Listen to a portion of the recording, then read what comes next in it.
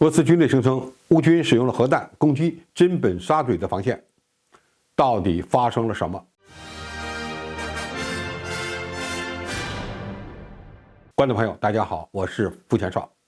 在俄罗斯军队成功从赫尔松市撤出之后，外界对乌军是否会进攻第聂伯河以南的赫尔松地区表示怀疑，因为有几百米宽的河流地理屏障，对缺少制空权的乌克兰军队来说，进行渡河作战是非常危险的。当然，俄罗斯军队因为兵力不足，想在第聂伯河南岸几百公里的范围内建立起防线，基于一马平川又缺少城镇的地形，也非常不容易。现在冬季已经到来，地面和河面开始结冰，乌克兰军队会在南部展开反攻吗？答案是已经开始了，只不过乌克兰军队是通过小分队袭击的方式进行的。据防务博客网站报道，驻守在尼古拉耶夫州最南端的金本沙嘴沙洲的俄罗斯军队声称，他们遭到了乌克兰军队核武器的攻击。这种武器爆炸之后升起了蘑菇云，导致大量俄军士兵死伤。乌克兰当然没有什么核武器，那么他们使用的又是什么不为人知的秘密武器呢？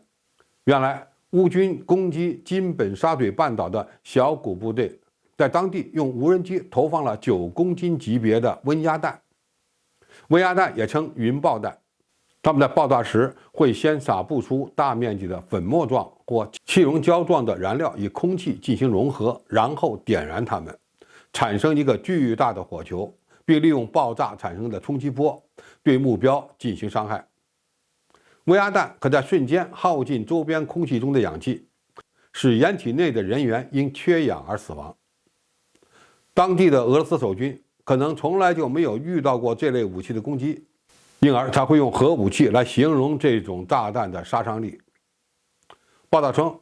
乌克兰军队利用改装的无人机向俄军阵地投放温压弹，已造成数十人死亡，防御阵地也被彻底摧毁。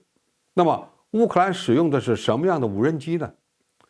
在袭击中幸存下来的俄军士兵声称，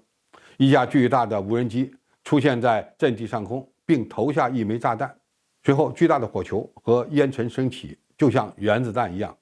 而这架巨大的无人机就是乌克兰用商用货运无人机改装的无人轰炸机。有媒体分析，这种运输无人机很有可能是从中国阿里巴巴网上采购的货架产品，而9公斤级别的温压弹则是乌克兰自己开发的。乌克兰尼古拉耶夫地区的州长维塔利金随后证实了乌军使用国产温压弹的情况。这个事件能告诉我们什么呢？首先，乌克兰军队正在攻击赫尔松南部的区域，而且从金本沙嘴半岛开始。这也意味着俄罗斯军队不得不在更长的战线上增加防御力量。随着冬季的到来，乌军很有可能在南部展开更多小规模的行动，当然也可能只是一种牵制性的进攻，毕竟还没有看到成建制的乌军展开攻势。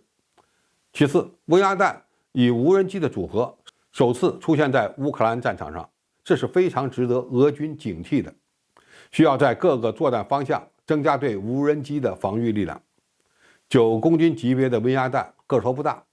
只需要大型4旋翼无人机、农用无人机或者售价6万人民币左右的固定翼无人机就可以投送。后面这种无人机甚至可以一次出动携带4枚小型温压弹，其航程呢长达500公里以上。这也意味着乌军可以使用商用无人机携带温压弹攻击俄罗斯的阵地和后方纵深目标。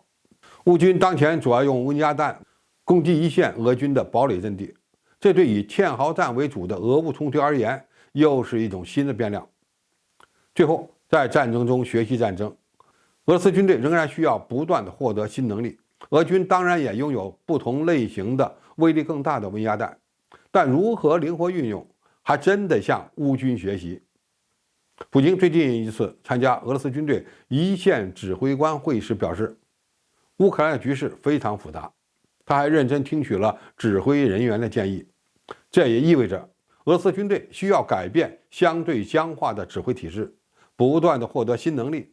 并且做好打长期消耗战的准备。面对乌克兰军队更多的使用无人机进行袭击的情况，俄罗斯军队当然也有办法，就像土耳其的 TB2无人机被俄军克制到退出战场一样。总体而言，俄罗斯军队首次面对乌克兰的无人机与温压弹的组合，并且是对赫尔松南部展开的攻击，证明双方在更大范围内的较量又拉开了序幕。